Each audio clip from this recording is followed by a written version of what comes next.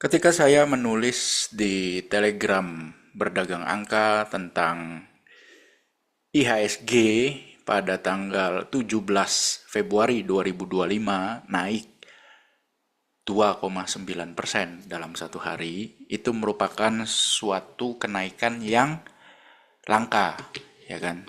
Dimana terakhir kali IHSG mampu naik minimal 2,9% dalam satu hari, itu Anda harus mundur sampai 4 tahun ke belakang, yaitu tepatnya di tanggal 1 Februari 2021, ya.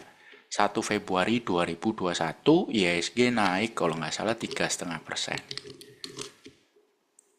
Jadi untuk dalam satu hari itu bisa naik banyak itu butuh, ya, jarang sekali terjadi. Nah, kalau kita bikin persentase seberapa besar peluang terjadinya IHSG naik 2,9% dalam satu hari, yang mana datanya adalah terjadi di tanggal 17 Februari 2025 dan yang terakhir di 1 Februari 2021, dengan asumsi satu tahun itu hari bursa adalah rata-rata sekitar 230 hari, maka kalau 4 tahun sama dengan 920 hari. Jadi artinya dalam 920 hari baru terjadi satu kali.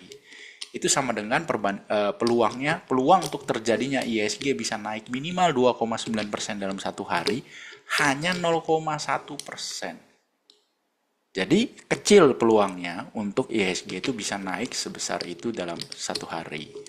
Oleh karena itu, pesan yang saya sampaikan di channel Telegram saya adalah jangan jadikan suasana kenaikan IHSG sebesar itu Anda jadikan sebagai acuan bahwa cari cuan itu gampang. Jangan. Ya, jangan, karena peluang untuk terjadinya itu kecil sekali. Ya, jangan Anda jadikan sebagai patokan bahwa ini gampang nih trading. Jangan. Ya. Di hari ketika IHSG naik 2,9%, orang-orang trader-trader yang tidak menghormati resiko itu pasti akan cuan juga. Mau pakai cara apapun, karena kebanyakan saham naik pada hari itu. Apes saja kalau kamu milih saham yang nggak naik pada hari itu. Anda bisa lihat sendiri perbandingannya. Emiten yang perform versus yang tidak perform. Ini masih ada lagi ke bawah nih sebenarnya. Saya tidak bisa screenshot semua. Ya, banyak. Ya, even Telkom pun bisa naik 4% dalam satu hari. Jadi Anda apa saja kalau di hari itu Anda nggak cuan. Ya. Jadi orang-orang yang tidak menghormati resiko itu akan cuan di hari itu. Dia akan merasa, gampang cari cuan. Pakai cara ini berhasil, pakai cara itu berhasil, pakai cara ini berhasil. Berarti caranya hebat nih. Bukan. Itu ibaratnya sama kayak kasino. Itu harinya kasino lagi apes. Semua player menang. Kasinonya lagi apes. Seberapa sering sih kasino apes? Jarang. Ya, sangat jarang. Tapi kalau itu dijadikan sebagai acuan, waduh, enak nih di kasino ini kita cuan mulu gitu ya.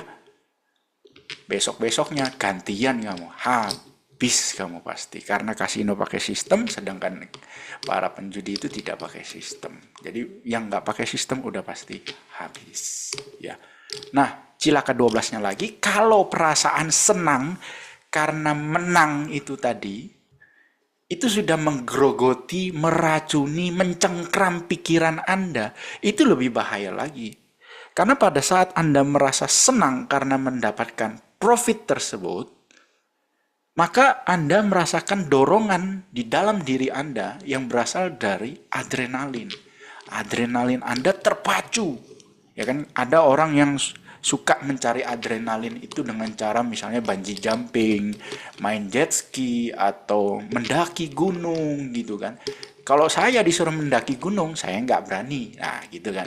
Saya beraninya disuruh trading. Tapi kalau orang yang hobi mendaki gunung, disuruh trading, belum tentu mau, belum tentu berani. Jadi masing-masing orang itu ada caranya untuk mencari kesenangan yang dihasilkan oleh tendangan atau dorongan adrenalin. Nah, cilaka 12-nya, kalau Anda merasa senang dari trading, ya, Anda tidak melihat berapa banyak yang Anda dapatkan ketika Anda menang, dan Anda tidak mau menghitung dan tidak mau jujur berapa banyak Anda ruginya, yang penting pokoknya gue bisa menang, gue senang, itu bahaya. Karena yang Anda cari itu bukan lagi ibaratnya bukan lagi uang yang Anda cari. Anda cuma cari menang, ya. Saya ketika masih bergelut di semua jenis gambling yang ada, saya tersadarkan oleh teman saya yang kebetulan, ya saya anggap teman ya. Walaupun umurnya itu jauh sekali, pada saat itu umur saya masih 22 tahun, beliau sudah hampir 65 tahun ya. Di satu tempat permainan, beliau melihat saya dalam posisi sudah kalah banyak. Beliau cuma datangin saya dan berkata, "Nyo." Ya, Anda betul ya, kalau panggilannya Nyo itu berarti lagi di Surabaya. Kamu tuh mau menang, ya, mau cari menang atau mau cari uang? Di situ saya tersentak, tersadarkan gitu loh. Oh iya ya, aku ini cuma mau cari menang, bukan mau cari uang. Karena yang tak cari itu, yang saya cari itu perasaan senang ketika menang. Tapi saya tidak peduli secara totalan pada hari itu saya pulang bawa uang atau tidak bawa uang. Itu bahaya. Ya. Tersentak saya. Nah, yang bisa membuat saya lepas dari cengkraman adrenalin itu adalah, ya susah memang. Jadi ketika saya menulis artikel ini kemarin, itu ada beberapa DM ke saya langsung gitu ya. Kok saya punya saudara, begini, terjerat judi apa segala macam, udah habis banyak. Gimana ya caranya supaya dia bisa berhenti? Nah, ini yang saya akan sharingkan kepada Anda. Anda tanyakan dulu, kamu tuh mau cari uang atau mau cari menang? Ya kan? Loh, bukankah menang sama dengan dapat uang? Belum tentu. Kalau cuma mau cari menang, maka yang dicari adalah tendangan atau dorongan adrenalin. Perasaan senang yang diakibatkan oleh adanya ledakan adrenalin di dalam tubuh. Tapi kalau mau cari uang, itu nggak peduli menangnya seberapa banyak, kalahnya seberapa banyak. Fokus utamanya adalah bawa uang, menghasilkan uang atau tidak. Itu dulu. Ketika sudah bisa sadar bahwa yang dicari adalah uang, bukan cari menang, maka secara otomatis akan merefleksikan atau kembali mengingat histori, mengenang kembali, selama ini saya main gimana? Adalah hasilnya? Nggak ada. Ya. Ada nggak hasilnya? Nggak ada. Kalau nggak ada hasilnya ngapain diterusin? Gitu ya. Jadi kembali ke diri masing-masing. Ketika sudah dikasih tahu konsep kamu tuh mau cari menang atau mau cari uang, harusnya mulai berpikir. Jadi kembali ke diri masing-masing dulu nih. Karena kalau yang dia cari adalah perasaan senang karena adanya dorongan adrenalin, ini sulit untuk sembuh. Karena logikanya udah pasti kalah. Tapi ketika logikanya mulai bisa, weh kamu cuma menang doang yang kamu cari, tapi kamu nggak dapat uang. Nah, logika udah mulai menang. Itu bisa sembuh. Itu dulu yang pertama. Ya kan? Mengakui dulu bahwa, oh iya saya salah. Saya ini cari menang, bukan cari uang. Tuh. Karena kalau tidak mengakui dulu, repot. Ini sama kayak pecandu alkohol. Orang-orang yang menggunakan narkoba harus ngaku dulu hidupnya ini tidak berguna, ya kan? Dia sudah hopeless, dia udah salah melakukan tindakan-tindakan yang selama ini membuat kecanduan, barulah bisa masuk ke tahap berikutnya untuk proses merubah diri. Kalau belum ngaku dulu, gak akan bisa. Percaya saya. Karena kecanduan alkohol, narkoba, judi, itu sama yang digrogotin adalah kepala. Di mana semuanya mencari adrenalin, Pak. Ingat ya, adrenalin itu bisa didapat dari berbagai macam hal, tergantung orangnya. Ada yang suka mendaki gunung, ada yang suka main jet ski, ada yang suka main para layang, atau ada yang suka bungee jumping, ya kan? Atau dia senang karena lagi mancing dapat ikan, senang, itu juga macam-macam. Adrenalin itu bisa keluar dari berbagai macam kegiatan. Nah, apesnya orang ini kena di judi. Itu atau narkoba atau alkohol. Wah, itu susah sekali. Anda tanya aja sama orang-orang perokok, gimana caranya lepas dari rokok? Susah. Sama. Gitu ya. Jadi penjudi, gampang. Ngaku dulu. Kamu tuh cari menang atau cari uang? Kalau kamu cari uang, maka apakah selama ini yang kamu sudah lakukan, itu menghasilkan uang atau cuma menghasilkan menang sesekali? Kalau sudah dirinya bisa menjawab, oh iya ya, tidak menghasilkan uang. Terus apa yang harus saya lakukan untuk menghasilkan uang? Itu pertanyaan lanjutannya. Itu dulu pertanyaan lanjutannya. Nah, saham ini salah satu cara membuat saya bisa pelan-pelan lepas dari yang namanya judi. Karena ketika otak saya sudah mulai bertanya, kamu mau cari uang kan? Nah, selama ini kamu menang tapi nggak dapat uang totalannya. Jadi apa yang harus kamu lakukan supaya bisa dapat uang? Bertepatan pada saat itu, saya lagi belajar saham. Untungnya saya berjumpa, ya zaman dulu itu kan sekuritas rame ya. Jadi saya ketemu sama salah satu mentor lah. Ya sebenarnya sih ibaratnya senior lah. Dia nasabah lama lah gitu. Nah, dia ngasih tahu saya, oh begini. Disitulah saya bisa, oh iya ya, mindsetnya pelan-pelan nih, pelan-pelan. Oh iya, bisa ya menang ya. Bisa juga dapat uang ya dari trading. Nah, kalau logikanya sudah benar, maka yang tidak menghasilkan uang itu harusnya ditinggalkan. Memang sulit prosesnya untuk bisa mempelajari dunia baru supaya bisa dapat uang. Itu memang butuh proses. Tapi paling tidak dengan dia sudah meninggalkan yang lama, maka kekalahan-kekalahan itu bisa mulai hilang. Karena dia sudah tidak lagi berjudi. Dia sudah tidak lagi main judi. Dia sudah tidak lagi menghambur-hamburkan uang hanya demi mendapatkan perasaan senang ketika menang, tapi tidak dapat uang. Itu. Ya, jadi proses, kembali lagi ke orangnya sendiri. Anda tanyakan aja, kamu itu mau cari menang atau cari uang? Tanyakan dulu. Kalau dia sendiri tidak mau berubah, ya memang sulit. Ya, itu. Sama seperti trader-trader newbie gitu ya. Itu sama. Kelihatannya aja kita tidak di kasino. Tapi coba tanya. Ya, pertanyaan yang gampang aja. Coba tanya, gimana hasil tradinganmu selama ini? Oh iya, saya cuan. Cuan kok, dalam 1 tahun bisa cuan 70% gitu ya. Nah, ini saya jelasin. Ini ibaratnya grafik di mana, oh ya, hasilnya adalah cuan 70%. Tapi perjalanannya itu ada yang namanya drawdown. Contoh dari titik E ke F, ibaratnya returnnya sudah sempat 30%, terus turun menjadi sisa 20%. Ini namanya drawdown, E ke F. Tadinya udah 30% cuan, sekarang tinggal 20% cuan. Itu drawdown namanya. Ya. X ke Y, yang tadinya udah profit 40% menjadi sisa 30%. Ini namanya drawdown, X ke Y. Jadi drawdown berapa? 10% biar gampang. Nah, jadi perjalanan untuk dari 0 menjadi plus 70%, performance tradingnya itu di dalam perjalanannya terjadi drawdown.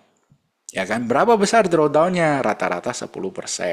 Ini kan bagus, bisa menghasilkan 70% dengan drawdown 10% saja. Artinya 7:1. Ya kan? Nah, itu ya. Nah, kebanyakan orang, nah ini kalau dikasih lihat, misalnya ditanya ke si A sama si B, ya. Si A yang kiri, cuan berapa kamu setahun? 70%. Si B, cuan berapa kamu setahun? 70%. Sama kan? Cuannya sama.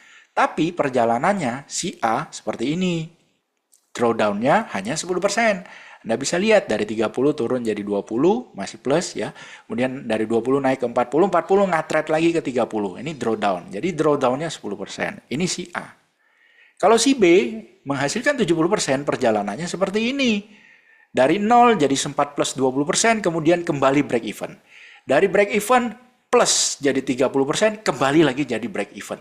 Dari 30% jadi break even lagi. Dari break even bisa cuan 40% dalam waktu yang cepat. Habis itu drawdown. Cuannya 40%, sisa 10% saja. Ini namanya drawdown. Habis itu dari 10% bisa langsung jackpot, jebret 70%. Ini syukur-syukur tidak minus ya. Kalau sampai minus, itu lebih stres lagi. Lawang sudah cuan 30% terus jadi break even aja. Stres kok, apalagi cuan 30% kemudian jadi minus 20%. Itu gila-gilaan. Jadi ibaratnya misalnya modal Anda 100 juta. 100 juta ini sudah sempat jadi 130 juta. 130 juta kalau break even berarti angka 130 menjadi kembali ke 100. Lah kalau minus 20% berarti angka 100 ini menjadi 30 kemudian dia berubah menjadi sisa 80 juta. Ya, jadi dari 100 ke 130 turun ke sisa 80 juta. Stres loh. Anda lihatnya dari 130 jadi sisa 80 juta. Stres Pak. Itu yang namanya drawdown. Kebanyakan trader, ya newbie, itu nggak peduli drawdownnya berapa. Yang penting dia bisa menang. Contoh, ini yang sering dilakukan newbie ya. Sering banget dilakukan newbie. Ibaratnya yang namanya average down. Turun beli, turun beli, turun beli, turun beli, turun beli, turun beli, turun beli. Terus naik, trade gitu kan. Terus dijual semua. Cuan. Anda bayangin berapa besar drawdown-nya. Dia peduli nggak? Enggak, yang penting aku nggak kehilangan uang. Karena kalau harga turun terus aku jual, aku hilang uang. Aku cut loss, aku hilang uang. Yang penting kalau harga turun, aku beli terus beli. Kalau naik, aku jual, aku cuan. Senangnya minta ampun. Nah, itu yang dicari uang atau cari menang. Anda coba jawab. Itu cari menang atau cari uang? Kalau cari uang, maka jangan sampai uangnya hilang.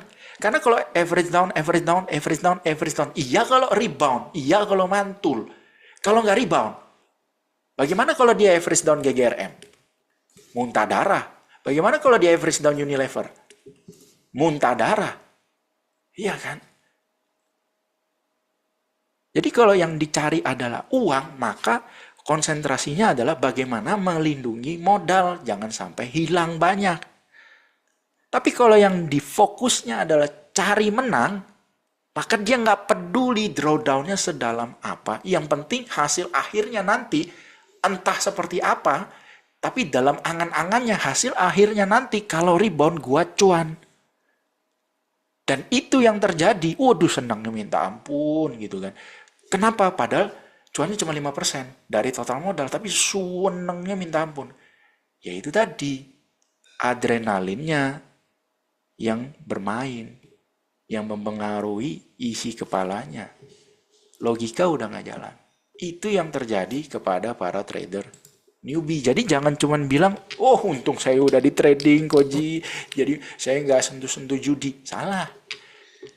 Trader umumnya masih sama seperti para penjudi. Itu yang dicari itu menang, bukan uang.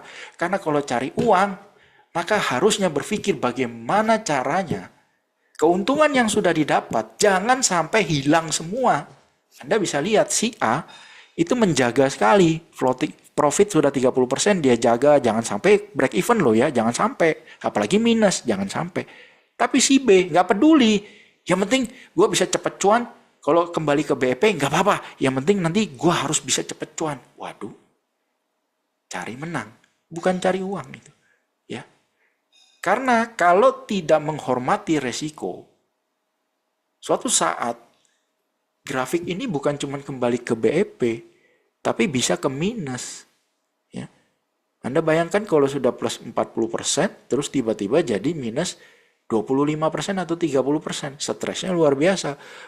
Uang 100 udah jadi 140 juta, ya kan? Terus tiba-tiba jadi sisa cuman ada 60 juta. Wah, 140 ke 60 juta. Stres itu. Itu yang namanya big drawdown. Hitan-hitanan. Jadi jangan bilang, saya untungnya udah jadi trader saham Koji. Saya nggak terjerumus ke dalam dunia perjudian. Salah. Judi itu bukan barangnya bos. Bukan bos. Judi itu bukan barangnya. Ibaratnya Anda, kalau judi adalah barang, maka ingat ya, kalau judi adalah barang, adalah benda, maka kita semua penjudi. Loh kok bisa? Karena kita semua makan ayam. Di judi itu ada yang namanya saung ayam. Loh berarti kalau judi adalah barang, maka kita semua penjudi karena kita makan ayam.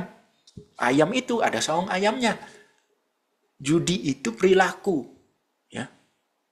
Perilaku, kegiatan, bukan barang. Jadi Anda sudah di saham pun, tapi perilakunya masih seperti itu, tidak menghormati resiko. Ya sama aja kayak penjudi. Penjudi itu tidak menghormati resiko. Sama kayak trader-trader forex. Top up, margin call, habis kan duitnya. Top up lagi, margin call, habis duitnya. Top up lagi, margin call, habis duitnya. Kan sama kayak penjudi. Masuk kasino bawa 5.000 dolar. Bawa 5.000 sing dolar, habis, besok masuk lagi, bawa 2.000 sing dolar, habis, besoknya lagi masuk lagi, bawa 5.000 sing dolar, habis. Apa bedanya? Ya, nggak ada bedanya. Jangan mentang-mentang udah di forex terus, oh ini saya bukan penjudi, saya nggak pegang chip poker, saya nggak pegang koin kasino, enggak, saya mah trader, saya di forex. Kagak bos, sama, karena perilakunya masih sama. Ya, jadi coba tanyakan kepada diri Anda sendiri. Ya, kamu itu mau cari menang atau cari uang? Tanya dulu sama diri sendiri. Hal-hal seperti ini saya ajarkan di dalam membership Angka Bicara. Ya, video-video yang membahas tentang drawdown, bagaimana kamu bisa memanage resiko dengan baik, kapan kita harus gas risk, kapan kita harus kecilin risk, kapan kita harus ibaratnya berada di tepi laut, kapan kita harusnya melaut, kapan kita tidak melaut. Ya, itu semua saya ajarkan di video-video yang ada di dalam membership Angka Bicara yang saya taruh di aplikasi Berdagang Angka. Ini sebuah mindset, sebuah pelajaran, ya, ada rumusnya juga yang saya sharingkan. Dan hari ini saya ya perlihatkan sedikit lah seperti apa sih isinya. Ini salah satu materi yang ada di dalam aplikasi Berdagang Angka, membership Angka Bicara. Ya, semoga dengan sharing saya hari ini bisa membuat ya saudaranya teman-teman semua di sini yang masih terjerat dalam judi bisa bebas dari sana ya. Tanyakan aja, kamu cari uang atau cuma cari menang? Sampai jumpa di video berikutnya.